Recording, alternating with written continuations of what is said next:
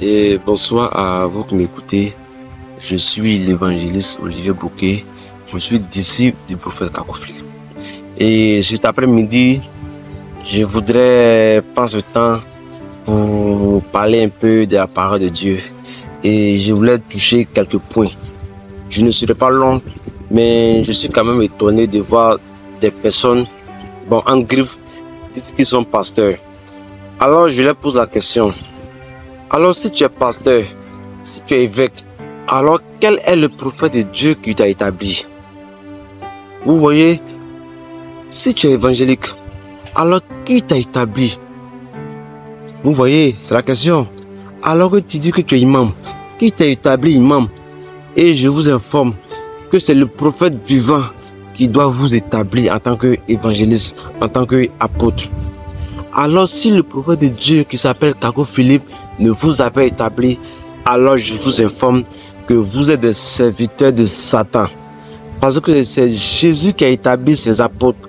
Quand vous prenez la parole de Dieu dans le livre des Actes, chapitre 15, verset 16, c'est Jésus qui a établi tous ses apôtres. À moins que vous êtes un 15e apôtre. Et c'est Moïse, dans le livre des Nombres 3, le verset 10, c'est Moïse qui a établi Aaron en tant qu'apôtre. Donc c'est Paul qui a établi Timothée en tant qu'évangéliste. Donc aujourd'hui, si le prophète de Dieu ne vous a pas établi en tant que pasteur, en tant qu'évêque, en tant qu'ayatollah, alors vous êtes simplement un voleur dans la moisson.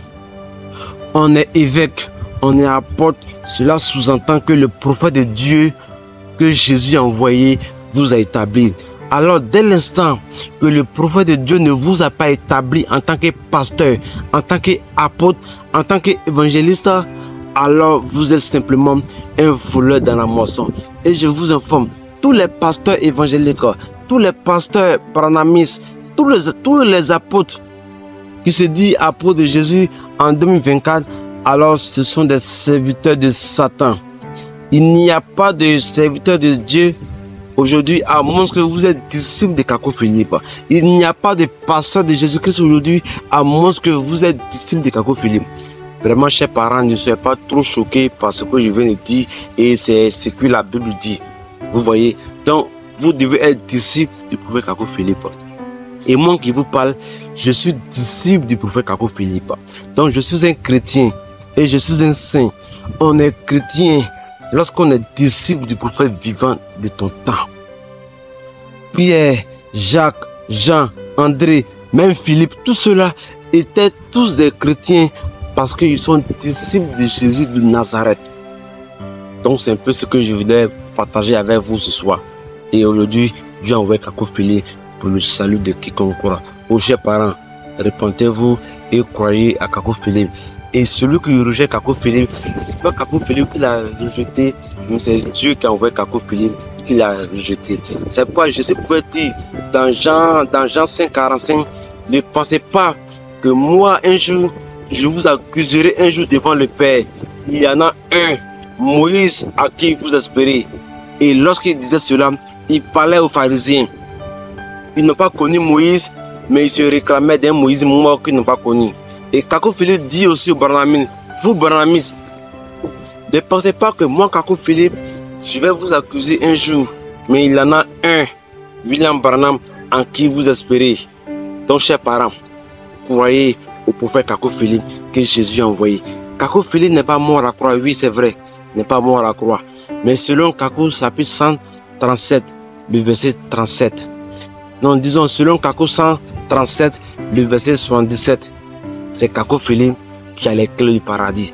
Kako Philippe n'est pas mort à la croix, oui, mais c'est lui, Kako Philippe, que Jésus a envoyé pour le salut de quiconque croit.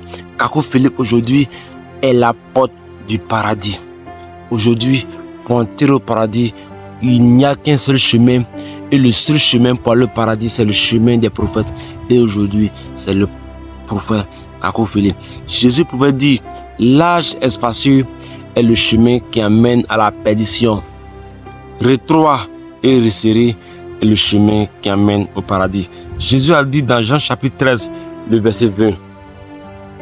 En vérité, je vous dis, celui qui reçoit quelqu'un que j'envoie, il me reçoit. Donc, toi qui m'écoutes, pour recevoir Jésus-Christ, tu dois recevoir son envoyé.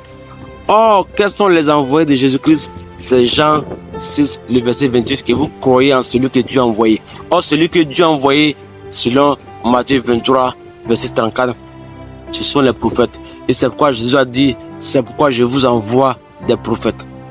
Or, dans Matthieu 7, le verset 21, Jésus pouvait dire, ce n'est pas tout ce que me dit Jésus qui va au paradis, mais celui qui fait la volonté de mon Père qui est dans les cieux.